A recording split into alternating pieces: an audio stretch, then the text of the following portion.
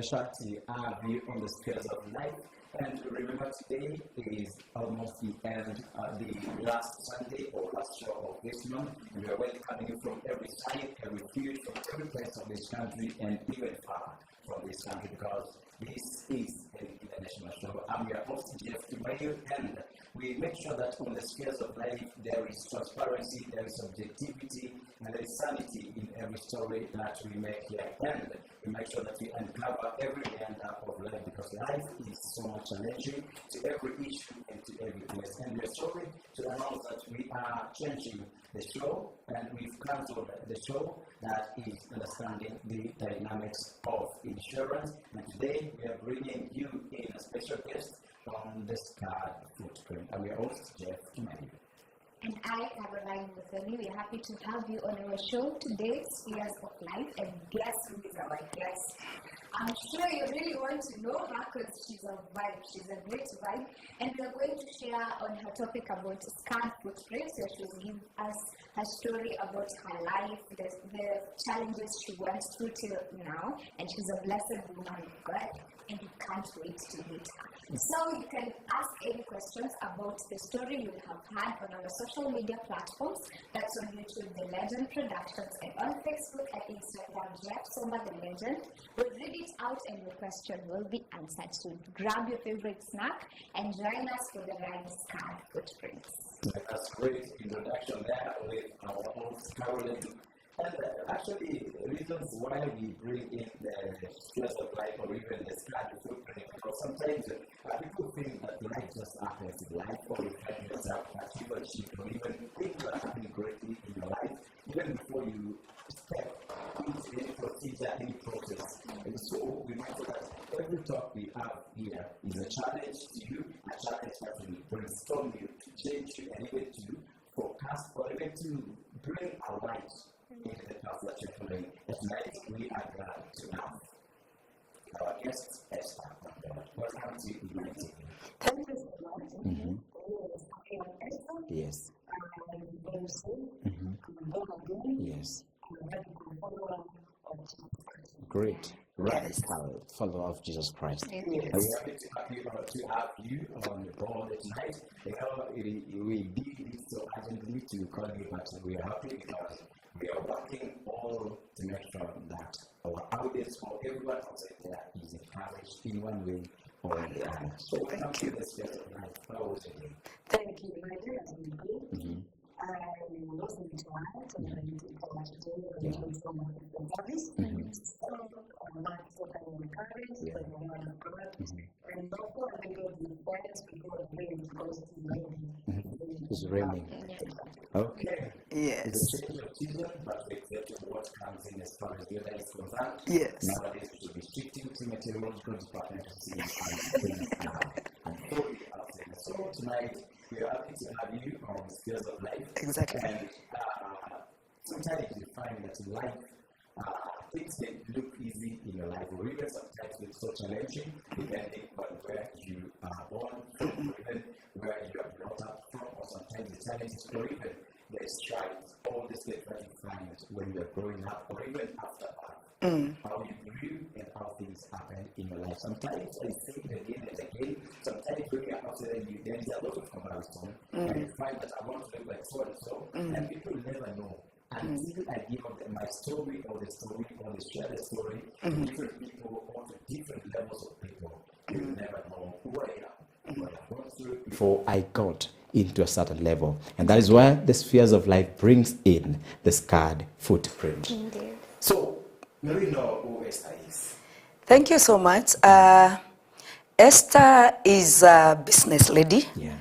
Esther is a pastor's wife. Esther is a mother. Yeah. And Esther is, as I've said, a follower of Jesus Christ. I was born in a family of around 13. I'm number 8, the striker in the family. The ones who are alive are around 10. Yeah. The 10 of us are there already. And I love the Lord because I was brought up in the rural areas, not in Nairobi. You can mention the place if... Yes, I was brought up in Machakos. a place called Kola. That is where I was brought up by my mother and father. I schooled there, both primary and high school. Which school? I was in a unit primary school, and I went to Kitonyini, which is in Mumandu. Mumandu Hills. The early places of Mumandu. Sorry? Mumandu is near Lumbwa, Kitonyini. We have Kimutua. We have Bevo, those hills of Bevo. I was brought, that is where I went for my high school. And those days, it was not boarding, it was really a day school. And there is a distance between where I was born in Iyuni and Kitonyini is a great distance. It's around 11 kilometers. So I used to just either I commute or I trek to high school.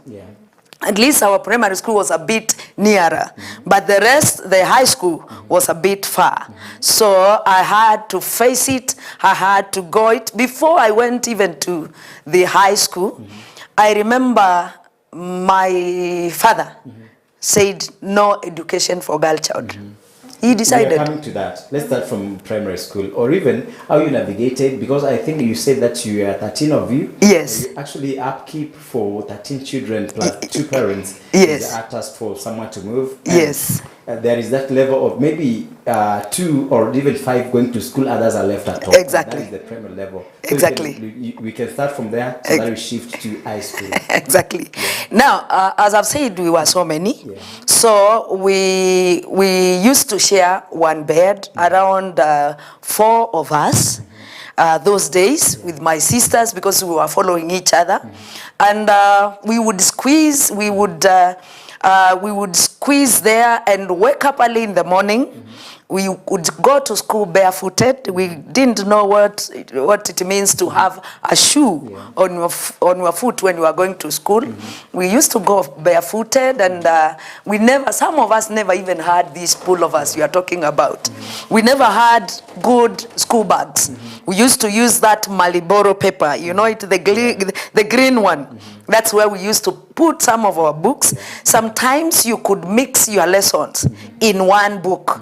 Because if you have science and you have, we used to call it GAC, you could write in one book, one behind and the other one from front. Then you still going on so well. So we had it rough. Sometimes my mom could make us, especially me, to be left with the younger ones. And then the others go to school, because the school had around 6 or 5 of us. Almost in every class, we had children from this mother. So we had duties whereby this one will go to school and this other one will take care of the young ones. And also somebody has to be there for the cattle. Because mom had some other activities to look after the shamba and all that, because we were getting our food from the shamba. So if any of us could be at home, that was a great help to our mother.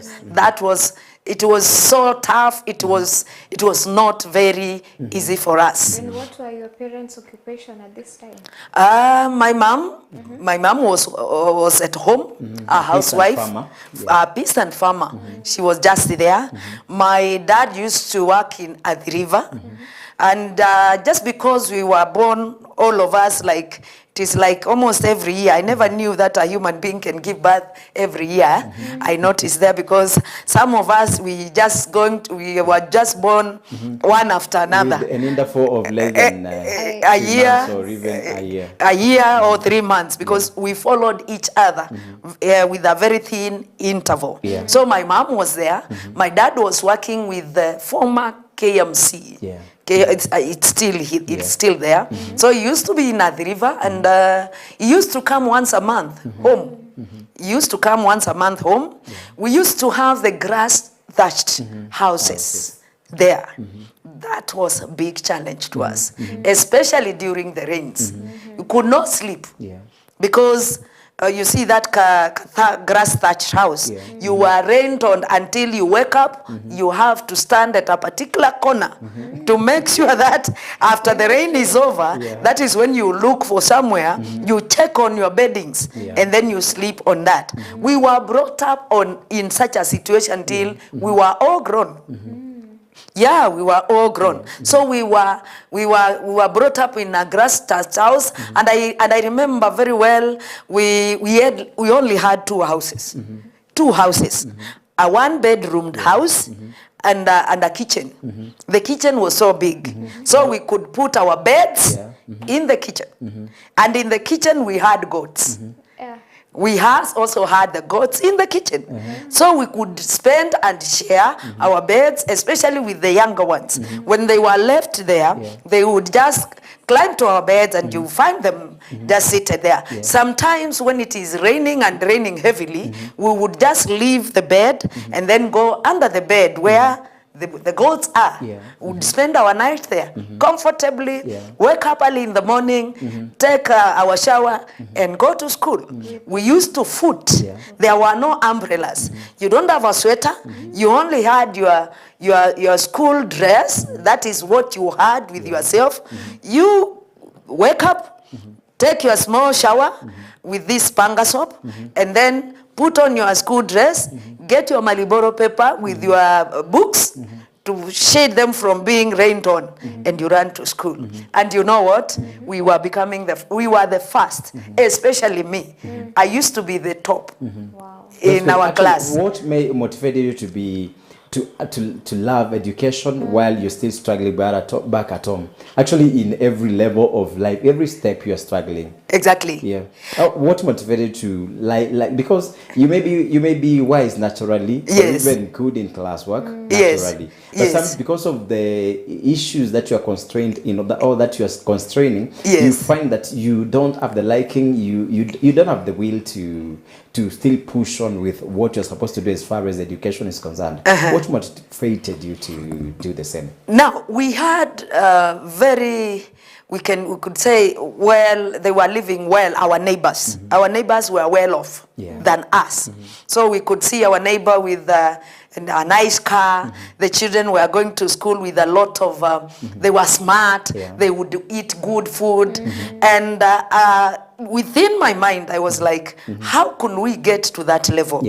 How can we get to that level?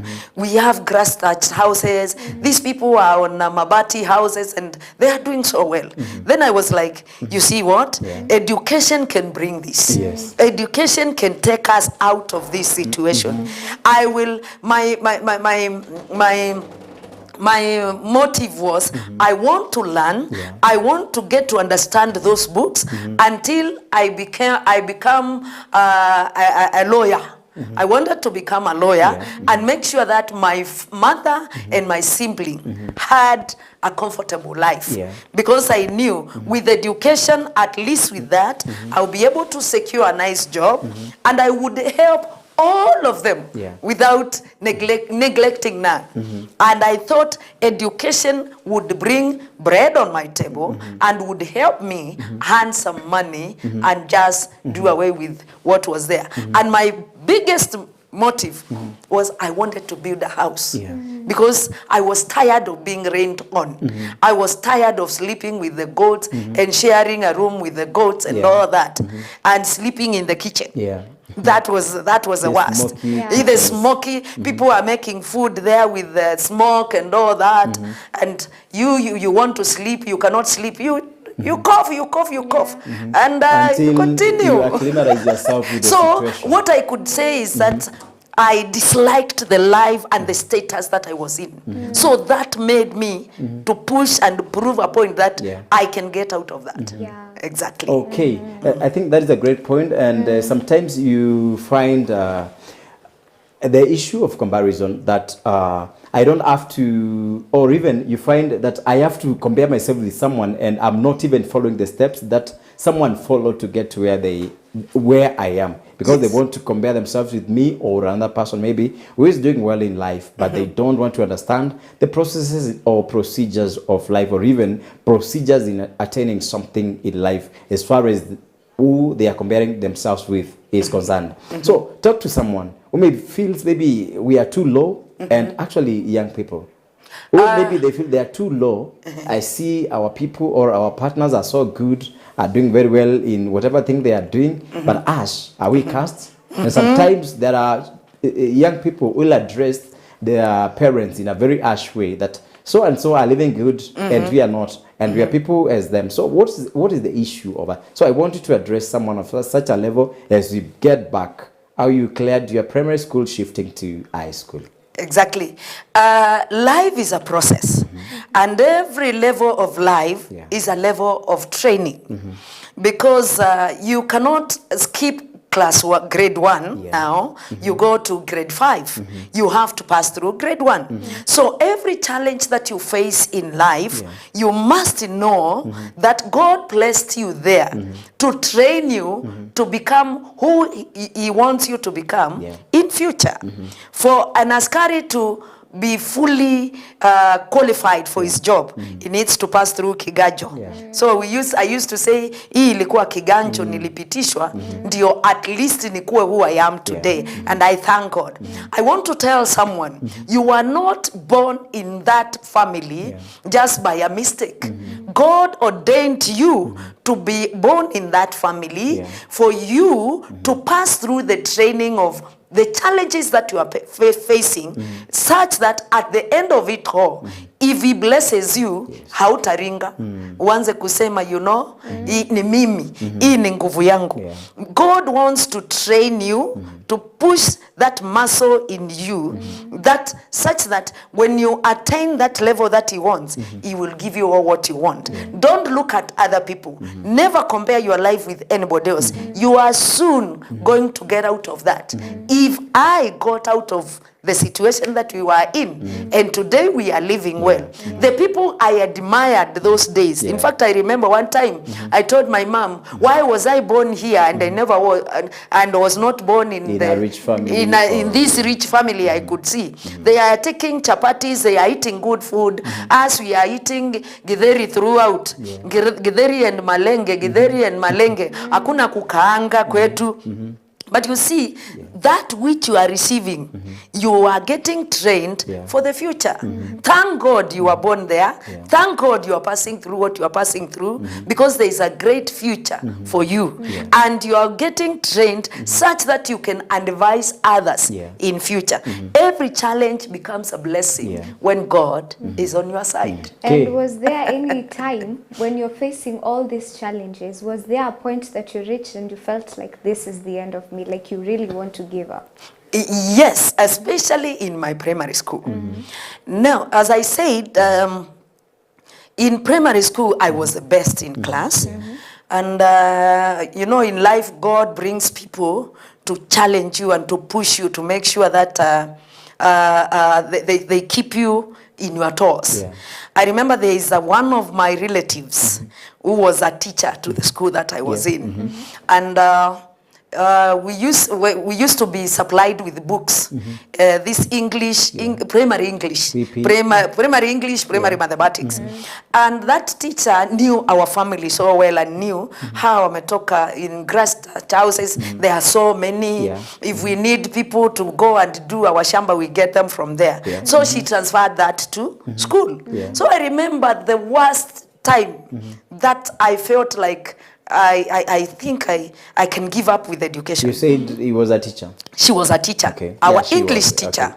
So she came, I had an English, primary English. I was reading just alone in the class. The other students were just there. So she came and pulled the book. She pulled the book and gave it to someone else. And she said in our local language that, why are you reading and you are not getting anywhere? That sank in me. I felt like, and she came back again and told me, even if you become number one, you can never continue with your high school. At first, that hit me as a young child. And I was like, I'm not getting anywhere. That was class 7. I'm not getting anywhere. And I started thinking, by the way, it is true. Yeah. Even if I go... Because of the situation that you are in. Because of the situation that we were in, I could not afford. It hit me in real sense that I'm not able to go to high school. It hit me. Actually, sometimes you find that teachers trying to discourage students or pupils because maybe of their levels, their current situations in life. So actually, there is an issue. Is it a narrative of mwalimu wa hesabu? No. Now, joke aside, yes, sometimes we have to handle issues with seriousness when it comes to matters life. Yes. And again, when it comes to bringing up the young people. Yes. Sometimes you may speak an issue to them and it becomes a part of their life and they pick on it and they grow with it. Yes. And the rest of their life looks like, because they're following a word that was given, because sometimes, not sometimes, but every time a teacher looks like a parent. And that is what a student or a pupil should follow. Because you are teaching me, I have to follow your ways. Because if you can teach me, you teach me the best, what I can pick from you. Exactly. So I want you to address teachers. Because sometimes you see, because I know most of us went through that. Because of the level of poverty and we are not affording the basic needs in our lives, you find... I think we are supposed to be exorcised from the society. We're supposed to remove you from the settings of the family. Exactly. So I wish by all goodwill that you address teachers. Yes. Because, and after you address the teachers, we get back to your story, how you came out of that pit, that you're not going anywhere. Exactly. What I would tell the teachers, you are with the pupils throughout and most of the time. And the pupils are taking you as the parents. And every word that comes from a parent has a great impact in the life of this pupil. So any negative word spoken to that child, and especially at the junior level, that word sinks inside that child, and that child can hate or love you. So teachers, watch the words that you're speaking to the children. They can build or destroy that child. It doesn't matter, even if you know the background of the child, even if that child did another mistake yesterday, kindly speak to them well, speak to them future, speak to them affirmative words that can encourage them even to change their character. So me, I'm in this pit now. I'm in this pit in primary school, and it has hit me in a real sense that I can never go anywhere. I'm telling you, I felt so down. So this is to mean that there are two voices talking to you. Yes. Poverty in you and now this. And now this. Yes, the teacher has revealed it to me that, oh, it is real.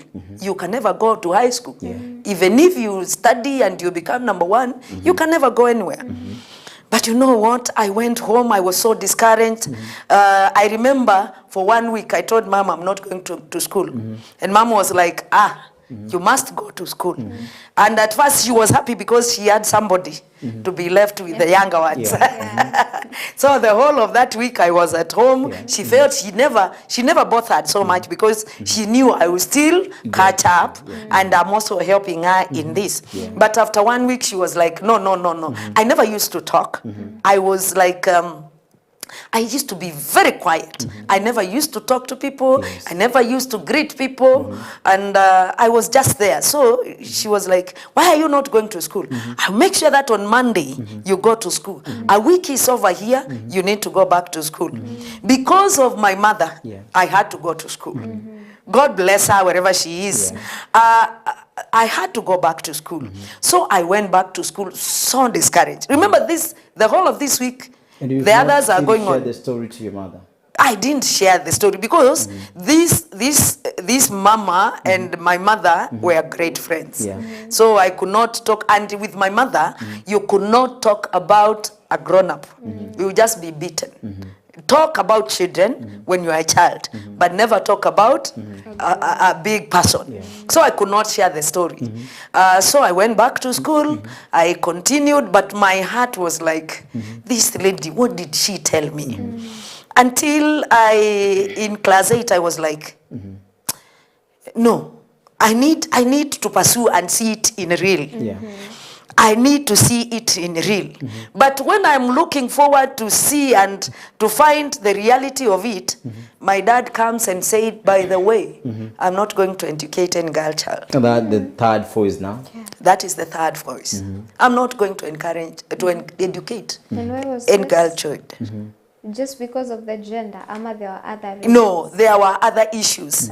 The ones who were before me, they used to give birth each and every time at home. So there were so many other children at home. So my dad could not see any benefit of educating the girl child.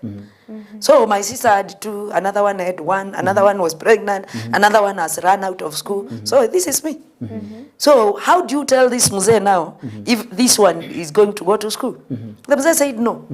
I will not. That time is coming home for retirement. Yeah.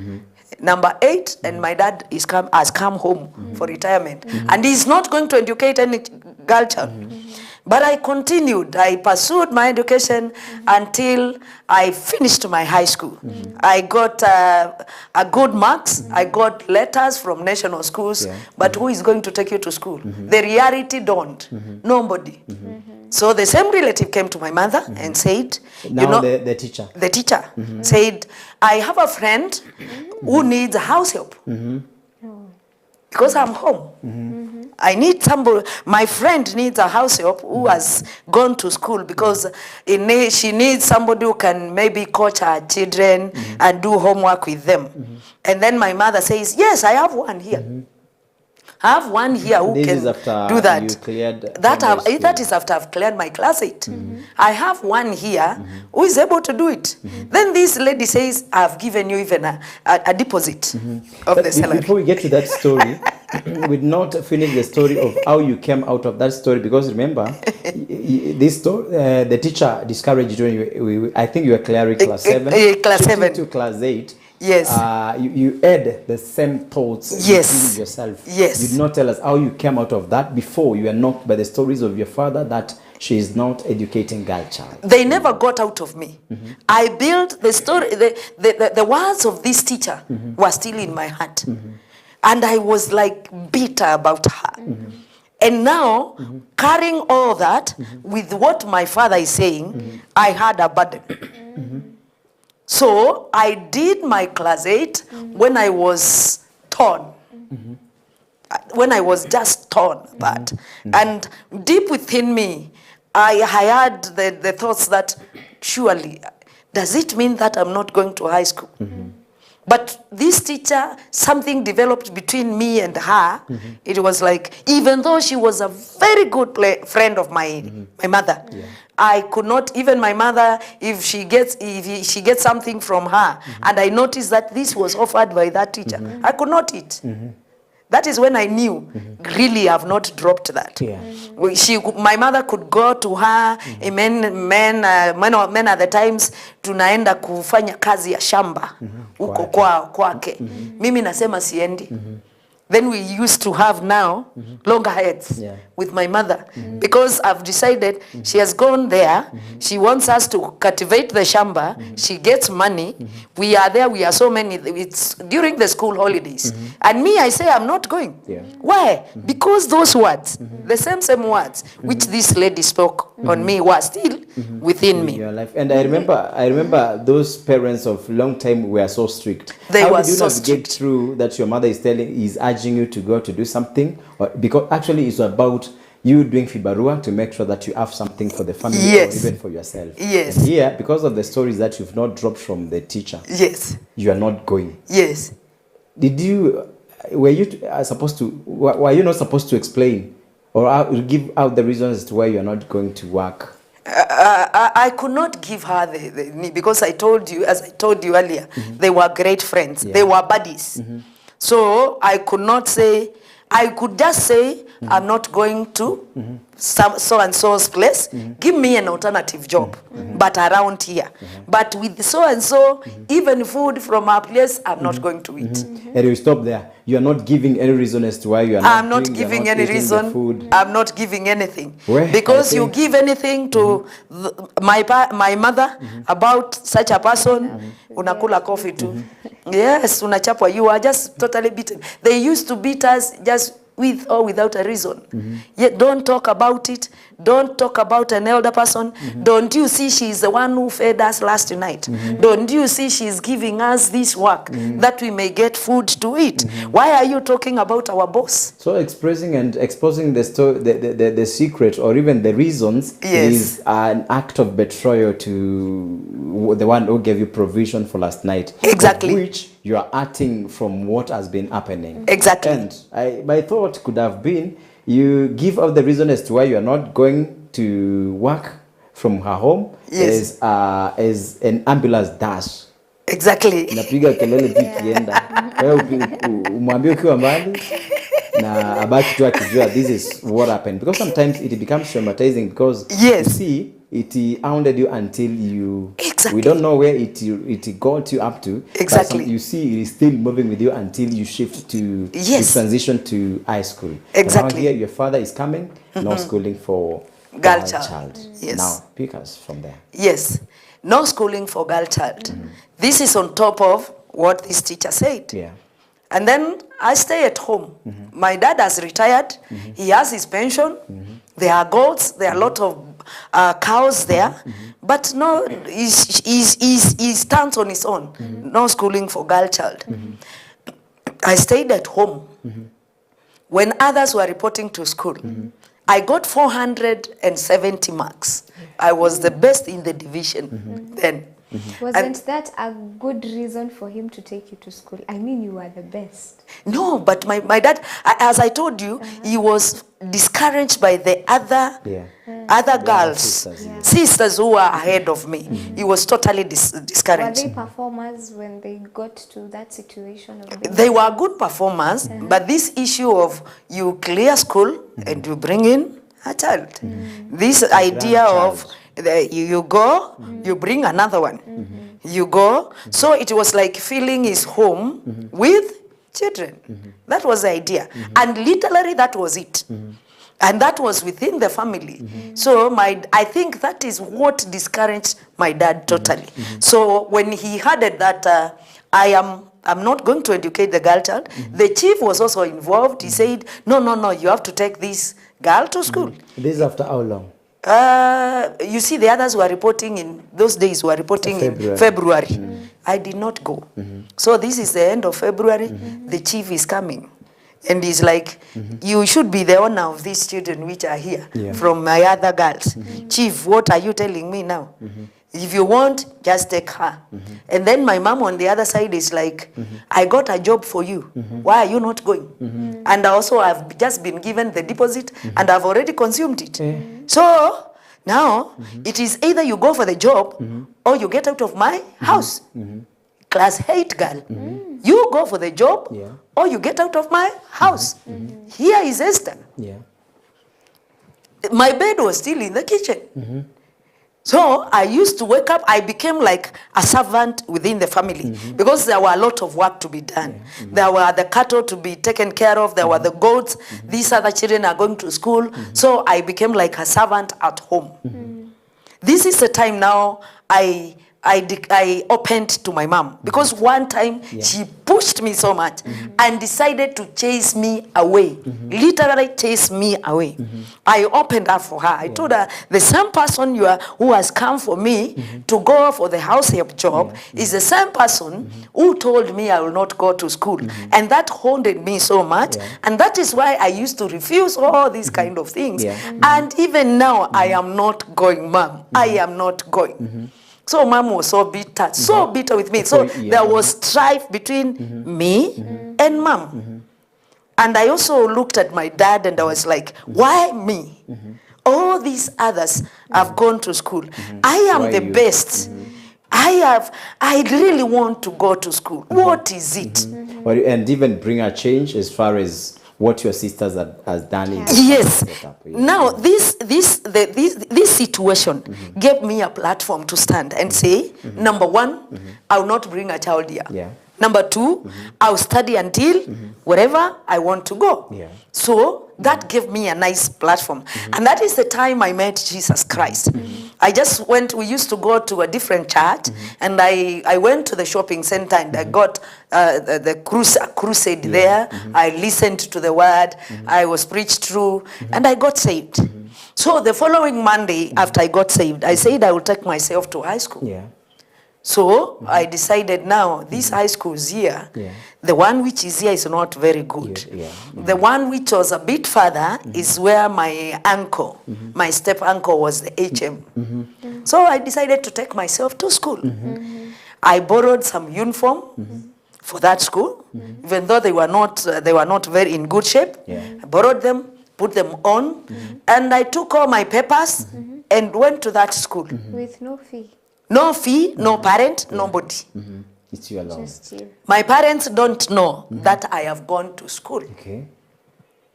I have gone to report in my Form 1 myself, because there is no peace at home and nobody is minding about me. That is around March, And the beginning of March. There's nothing you have from the checklist. I have nothing. I have nothing. I've carried It's only borrowed uniform. borrowed uniform. I remember I was wearing these plastic shoes. Hizi zips are black. Yes, hizo ndio nilikuwa nimevaa, and then borrowed socks. I had nothing. And my calling letters and my results. I went. When I reached where that school is, I went to the reception and I queued. You see, so on Monday the students were in parade. I waited, and when I came in, I talked to the secretary. I told her that I've come to school. Where are your parents? I don't have. Where is your fees? I don't have. Your parents are home? Yes. She asked me, do you think we do Red Cross here? How come you can come to school without parents, without school fees? Just get out of here. You have come to joke with us. I'm telling you, when I got out, I shouted, I cried my loudest. I cried my loudest until all the teachers who were there ran to the office. They were like, what has happened? They came, they found me crying because I was like, I've reached my dead end. Did anyone of them know you? Yes, this secretary knew where I came from, but didn't know our family so well. That time, I told you my uncle was the HM of that school, but he was not present.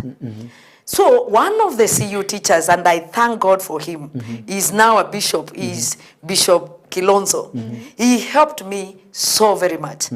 He came, they came, several teachers. This CU chairperson came, he just held me and told me, I've never seen a girl cry because of learning. Just come, just come, just come. He took me out of the scenario because he wanted to know what has happened. What has happened. So the other teachers were like, what is happening?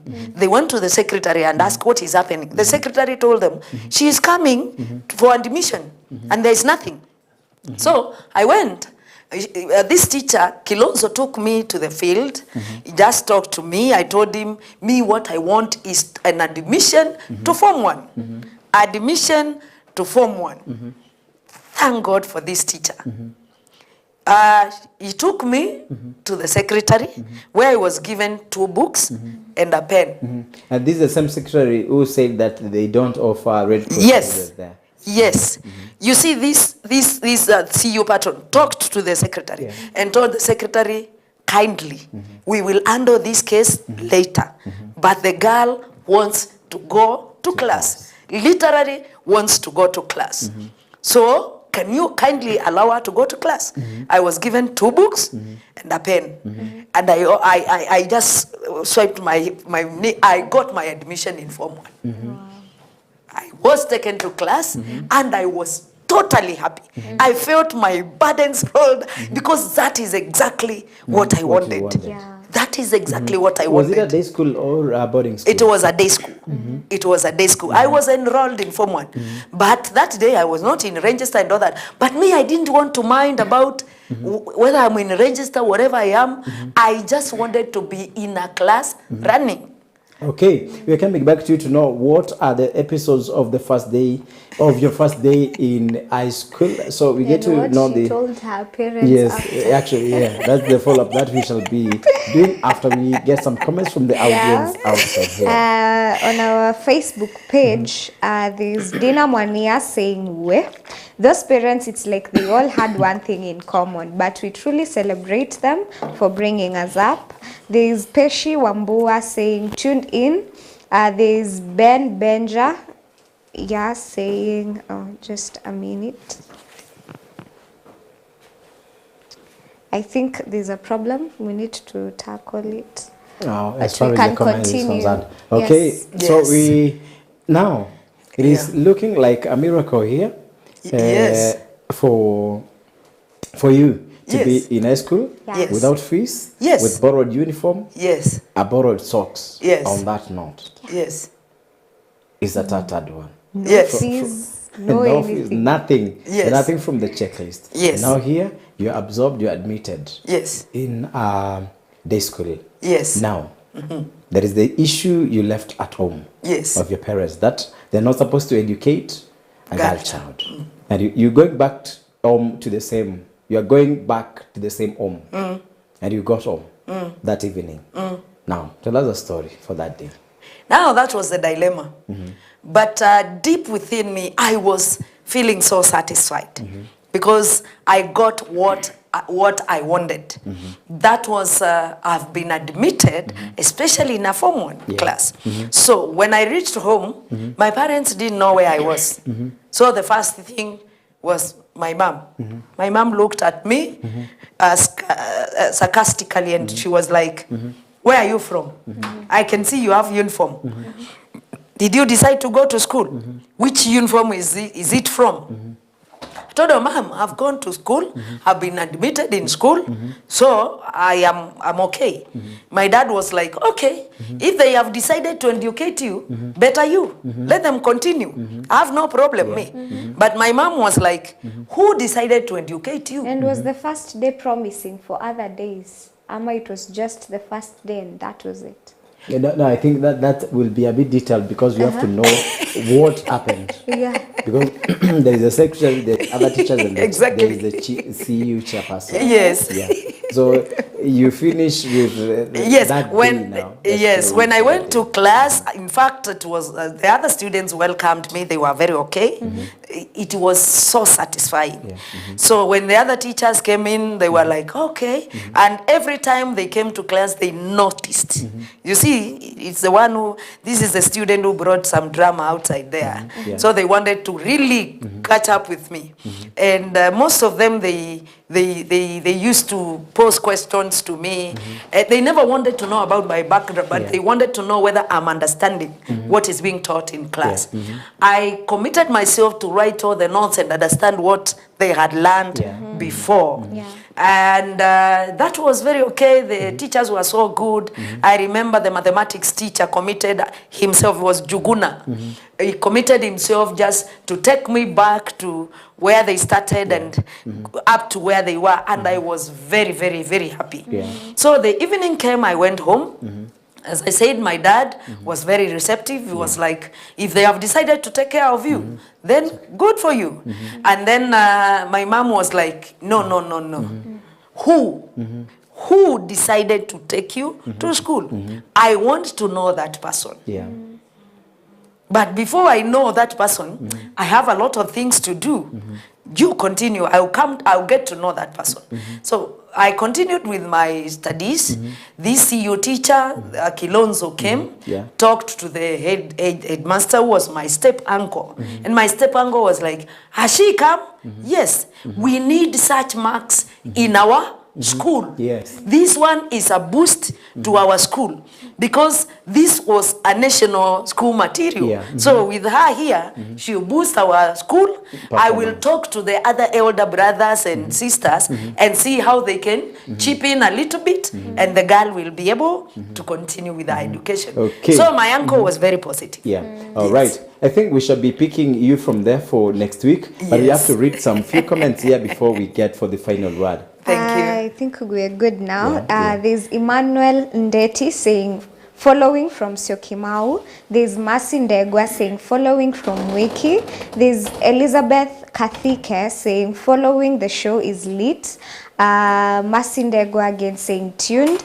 There's Ben Benja saying watching from Pipeline Embakasi. There's Joy Kabi saying watching from Jericho. There's Simon Kiendi saying tuned in from Nairobi. I agree with you. There's David Mathenge saying congratulations Queen Esther, watching from Eastleigh.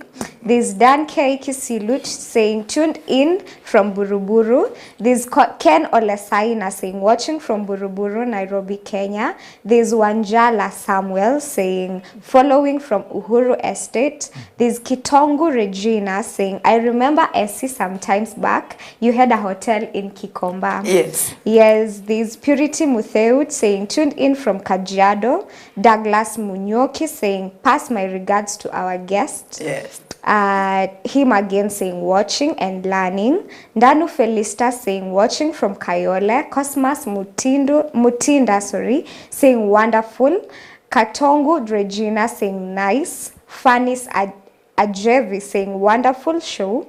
There's Dina Mwania saying that's an interesting story at Esther. There's Jane Faith Gideon saying good evening following from Buruburu. There's Dina Mwania saying good evening our host and the team following this program from Buruburu. And then lastly there's Joan Wanjiko saying Mwenda. Great.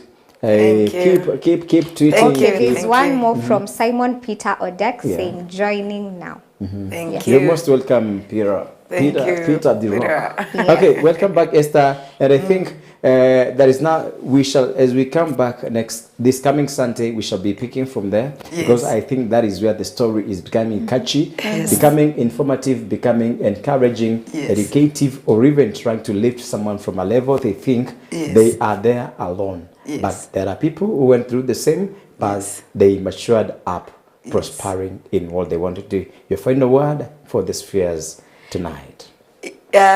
Challenges in this life will never determine your future. Yes. Maneuver through all the challenges, whatever level you are in, Yeah. trust in God. Because most of the time when you are down there and you are maneuvering through poverty, you are maneuvering through challenges from men and women, you can never do it alone. Involve God in your life. Yes. He will be able to do it for you. The Bible says they overcame Yeah. by the blood of the Lamb and the word of their testimony. Yeah. I mean the blood of Jesus Christ has power Yes. to take you through what you are passing through. I welcome each and every one of you exactly to accept Jesus Christ as Lord and Savior. Yeah. In this life, you will go through, no matter the mountains you are in. Amen. Amen. Thank Amen. you. And indeed, we are grateful for you for tuning in to our show today, Spheres of Life, tackling scarred footprint with our guest Esther. And don't forget to tune in next time for our part 2. We thank all the crew who has made this show a big success for tonight.